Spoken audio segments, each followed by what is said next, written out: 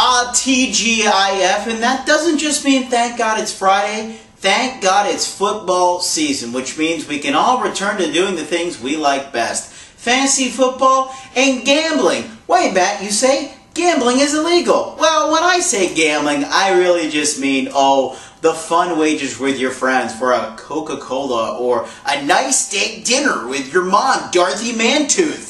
But let's just pretend we lived in a world where you could place a couple of dollars on your favorite football team. If you were going to do that this week, let me give you 5 games that I would have my eye on. Beginning tonight, that's Friday night. I mean, yeah, we're doing this live, right? It's not pre-recorded. So tonight, when you're watching, Friday night, Baylor hosting the TCU Horned Frogs, and everybody and their dog is all over the Baylor Bears. And I don't get it. This line opened at 9. It's dropped all the way down to 4 at this point. Hello, TCU's been winning 10 games a year for almost a decade. I don't know why they're being shown this lack of respect. Yeah, I know. They graduated Andy Dalton. He's playing for the Bengals this year. They still have Tank Carter at linebacker. They still have a bevy of running backs they're going to be able to run at. And, oh, by the way, the Baylor Bears lost their #1 draft pick defensive tackle, Phil Taylor, who now plays for the Cleveland Browns.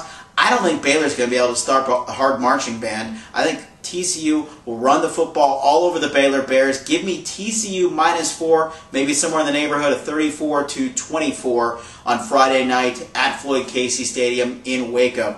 Saturday morning, the Ohio State University will be laying 32 against the Akron Zips. That sounds about the right nickname right there, because that's how many points I think Akron's going to score against the Buckeyes.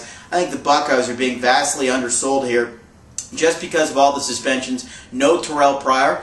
Did you know Terrell Pryor was not even on the All-Big Ten quarterback list last year? He's an okay player, but he's totally and completely replaceable. Buckeyes have a freshman that probably will see a lot of time out there. They're still going to be a team that plays great defense and likes to run the football. Against the Zips, I think Ohio State will do a lot of it. They're going to play with a chip on their shoulder. They're going to want to win for their new head coach, Luke Fickell. I think the Buckeyes win big, maybe 45-3, 45-0, cover that huge 32-point spread. You want a dog, you say? How about this one? The Rice Owls going on the road, 22.5-point underdog against the Texas Longhorns.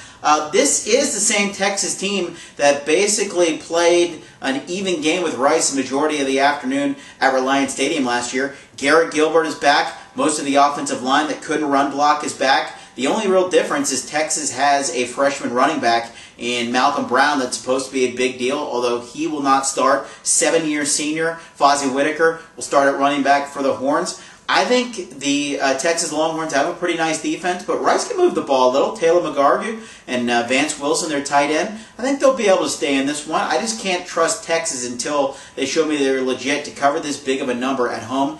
Give me Rice plus 22.5 in Austin against the Longhorns. Here is a total play for you.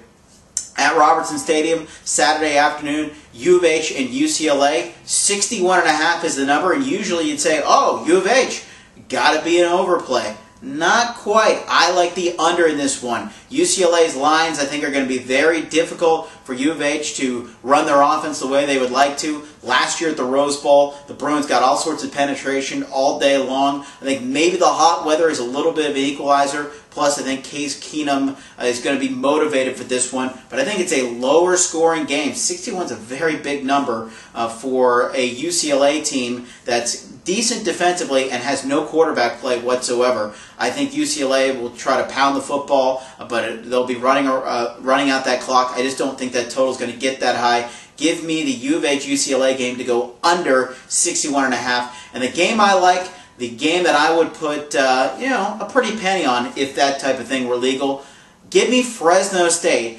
I don't want the points. I don't need the points. But if you're going to give me the points, why the hell not? Fresno State on a neutral field against the California Golden Bears. How about this for name dropping? David Carr's little brother, Derek Carr, will be the starting quarterback for the Fresno State Bulldogs this year. I think he comes in with a bang. Pat Hill always does well against BCS opponents, and I think he will do it. He ended Cincinnati's long winning streak last year in their opener, beating the Bearcats. I think they probably beat California straight up, but I think they're going to be able to throw the football around a little bit. I think Fresno State staying with 10.5 It's got to be close to a lock of the week. So recapping those picks for you, I like TCU on Friday night. Give me Ohio State on Saturday. Give me the under in the UCLA game. Give me Rice plus 22.5. And give me the Fresno State Bulldogs, not only plus 10.5, I think they might outright beat the California Golden Bears. We'll do picks like this every Friday on the website right here on Sports790.com.